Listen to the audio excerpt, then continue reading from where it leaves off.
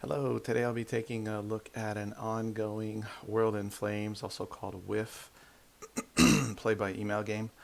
This one has been going on for, I would say, less than a year. We are in May, June of 1942. It's probably one of the less exciting play by email games I've been involved in, but also still interesting. Such a deep game, there's just so much going on. I'll show you briefly what the situation is.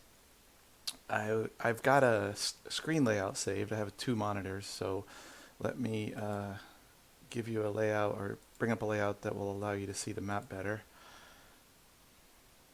And by the way, this is using Matrix Games' version of WIF or World in Flames, which uses a scale that allows you to play the full world at the same scale as the European map in the board game. So in the board game, the European map, which is over here, is at this scale, but the Asian and Pacific maps, which are, I'll bring over the global map, which are basically everything from about here to the west and about here to the east, are at double size, which means that the hexes encompass a lot more terrain.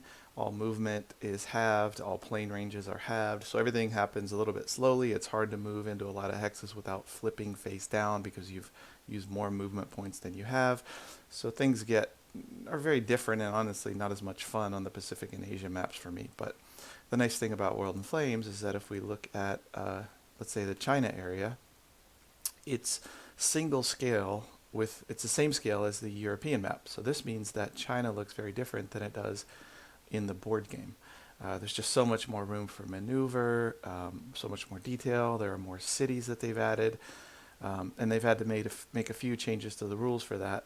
Because of that, for example, some of these cities that don't exist in the board game, in WIF, when the Japanese take a city, there's a roll made for what's called U.S. entry, and this means that the U.S. may get upset. There may be press in the U.S. about the Japanese taking the city. There could be atrocities committed.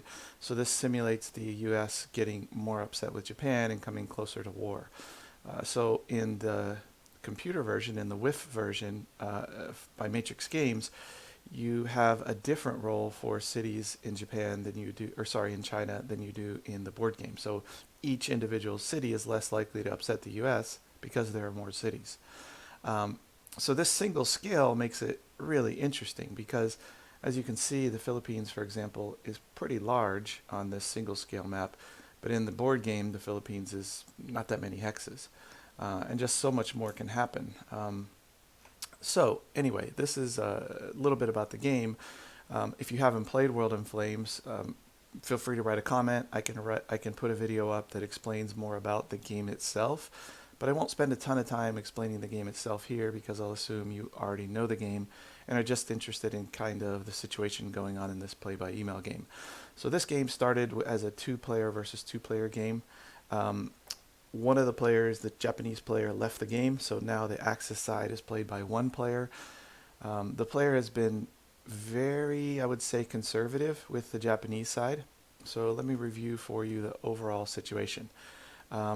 What's happened is, we'll start here in the Pacific. He seized basically a perimeter, so Rabaul is here. He's also got Port Moresby and controls New Guinea and Papua. The Americans are in the war. It's, again, May, June of 42. And they've started to push forward, but they don't really have much. Their navy is still coming online. They've got a bunch of carriers under construction. So they can't do much right now.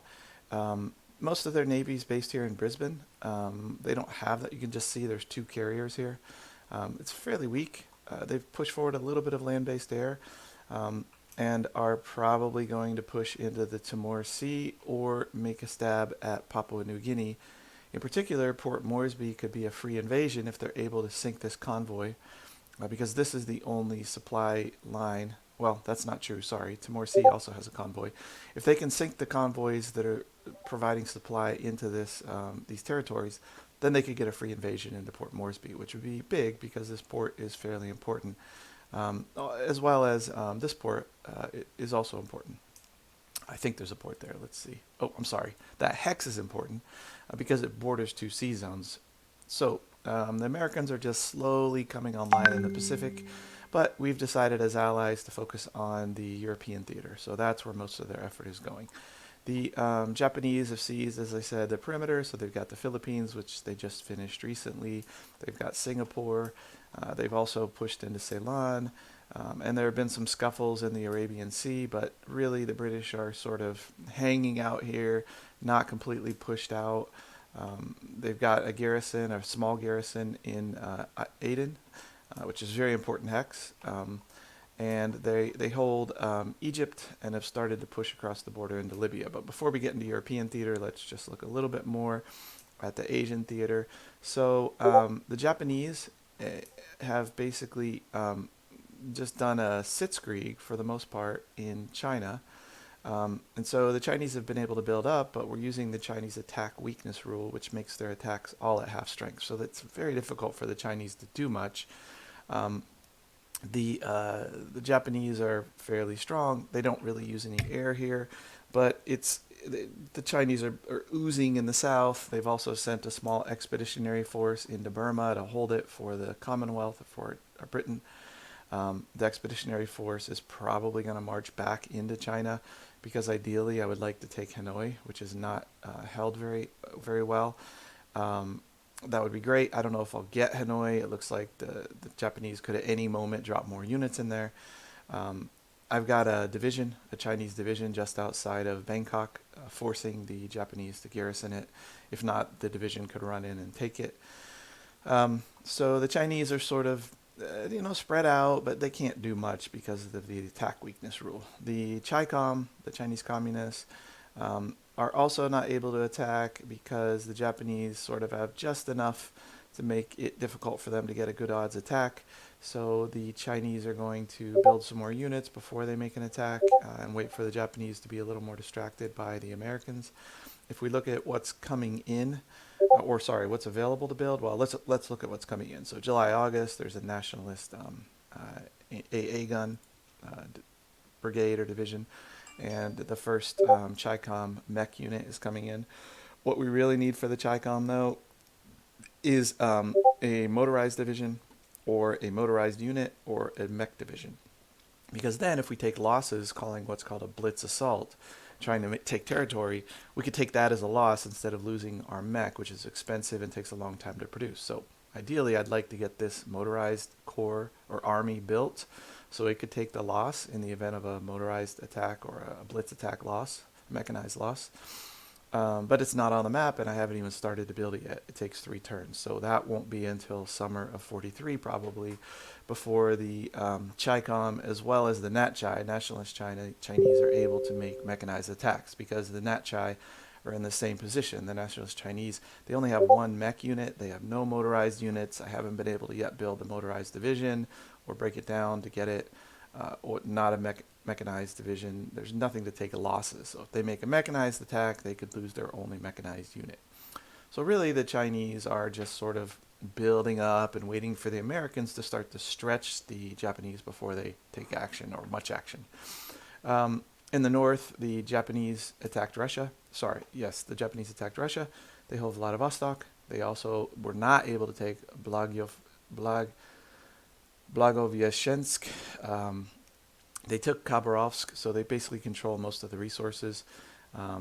And they were not able to take Chita, but they did cut the rail line here so that the Russians can't rail to Blag. So there's no headquarters in this theater for the Russians, and one of the sort of decisions that the Russians are weighing is whether it's worth sending a headquarters or 2 over here to try to make headway against the Japanese. The thinking here is similar to the thinking with the Chinese. It's worth doing, but probably not until the Japanese are stretched by the Americans and have to choose between focusing on the IJA or the IJN, the Imperial Japanese Army or Imperial Japanese Navy, and taking actions with one or the other, because we want to stretch them. So when the Americans are forcing the IJN to take actions, then it would be nice if the Chinese and the Russians can force the IJA to take actions, because the Japanese can't do both at the same time easily. So that's the situation here. There's just sort of very weak units, token forces over here for the Red Army, waiting for headquarters to arrive to be able to make some progress. Okay, so that's it for the Asian and Pacific theaters. I won't really cover any more there. If you have questions, feel free to ask. I can post in a comment. I can always have an updated video or reply in the comments. So if we look over at Europe, this is not super exciting European theater, but it's interesting. So what's happened is the Russians were able to stop the Wehrmacht along the Dnieper River line, which runs here. Let me zoom in a little bit so you can see it better. So they were able to stop the Wehrmacht here, basically by using some counterattacks when the Wehrmacht pierced the Dnieper River line here, and also by putting a strong garrison in Kiev, and the Germans assaulted it. Decent assault. I can't remember what the odds were, +8, something like that, +9. And they had a bad roll and bounced and flipped face down on a summer 41 turn, which sort of hurt them. So in combination, the Germans actually controlled, I think, pretty much 5 or so hexes across the Dnieper here at one point. Maybe more, actually. They were starting to push a few mechanized units out. But the Soviets were able to push them back and regain the river line. And now it's pretty static here. Not much is happening. In the north, the Soviets were able to stop the Germans at the land bridge here of Smolensk. The Smolensk-Vitebsk line was here. The Germans sort of pushed it in, took this swamp, but the Soviets stopped them. And then the war sort of, or the line sort of grew to the north. One of the things that helped the Soviets is that the British, you can see these tan British units here, were able to garrison Murmansk and then take Petsamo, which now is held by a partisan, unfortunately, and push south to threaten Finland. And this forced the Germans, as you can see, to move units. They had to transport units across the Baltic Sea, and they also have air up here, so they're going to hold. Finland's not going to fall. I don't think the Commonwealth or Britain can make it any farther. There's a Canadian Corps here, and there's some decent-sized Commonwealth units here. But they really can't make much more progress, especially against this German air. Can't make any progress, probably. So that distracted the Axis in the north a little bit and helped this line hold. Right now, the line's extremely static. The Germans have really strong air power, but they don't seem inclined to attack and give a production bonus to the Soviets. So the Soviets have just been kind of oozing north. I'd like to get a cavalry up here. I'm playing the Soviets, by the way, to help to support the Commonwealth. And eventually maybe I'll try to eliminate this ski division. I've got some partisans behind the lines, and I'm trying to protect those so that I have a chance to get more partisans, although there's not a lot of places to place partisans because there's just limited territory that the Axis holds in Russia. So what I think here is that probably around summer of 43, the Soviets will have built up a little more air, maybe some Ochits, and might be able to start to make some attacks in this area, but right now there's just not much they can do with all this overwhelming German air power. So that's the situation in Russia. If we look over here, the Allies were able to hold what we call the tumor, basically this little area around Bordeaux. They held after Vichy France was declared. So this area has been the Bay of Biscay, tons of combat in the Bay of Biscay as the Germans tried to cut off supply, flip the units here, and take the tumor. But eventually they just gave up. You can see they just have some defensive force here. They've got a heavy garrison in France, I would say.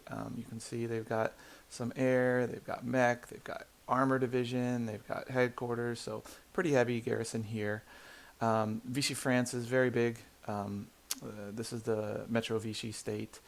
And the Germans have very good air to control the Western Med, so they've got you can see they have lots of fighters. In this 2-box, they've got a 7-point Focke-Wulf, another Focke-Wulf, and some Italian air. It's just really difficult for the Commonwealth to make much headway. The Commonwealth was able to get into Tunisia and take it, but now, as you can see by the yellow dots above the units, they're cut off. They can't get supply. So they've marched across the desert, but again, it's very difficult for them to get supply into the East Med because the Japanese prevent them from bringing air and other units through the Red Sea in to reinforce this area. And they can't throw a convoy point out to provide supply to these units marching along the coast because the Axis air sinks them. And the Royal Navy is not really here in strength. I mean, if we take a look, they've got one battleship here. There's just not much because they have to face the Japanese in the Arabian Sea, and they have to face the Germans and Italians in the Med. So this area is just not much going on. So we had a strategy conference as the Allies, and we considered attacking North Africa, Vichy. We could do that. Probably it would be very tough to fight across the Atlas Mountains here and into Algeria because the Germans and Italians would put some units there. We decided not to do that. We took a decision. I've never done this before, but we decided to make an attack on Spain. So you can see the Americans and even some Brazilian here. I'm not sure why he has a Brazilian here. I probably wouldn't bring a Brazilian, but he's got some Brits, some Americans, and he's built up and just about ready to, I hope, to kick off on Spain. I'm not sure exactly when he plans to do it, but I think it won't be too long. He's got Eisenhower here in Gibraltar and a huge American motorized corps, so he's ready to go on Spain.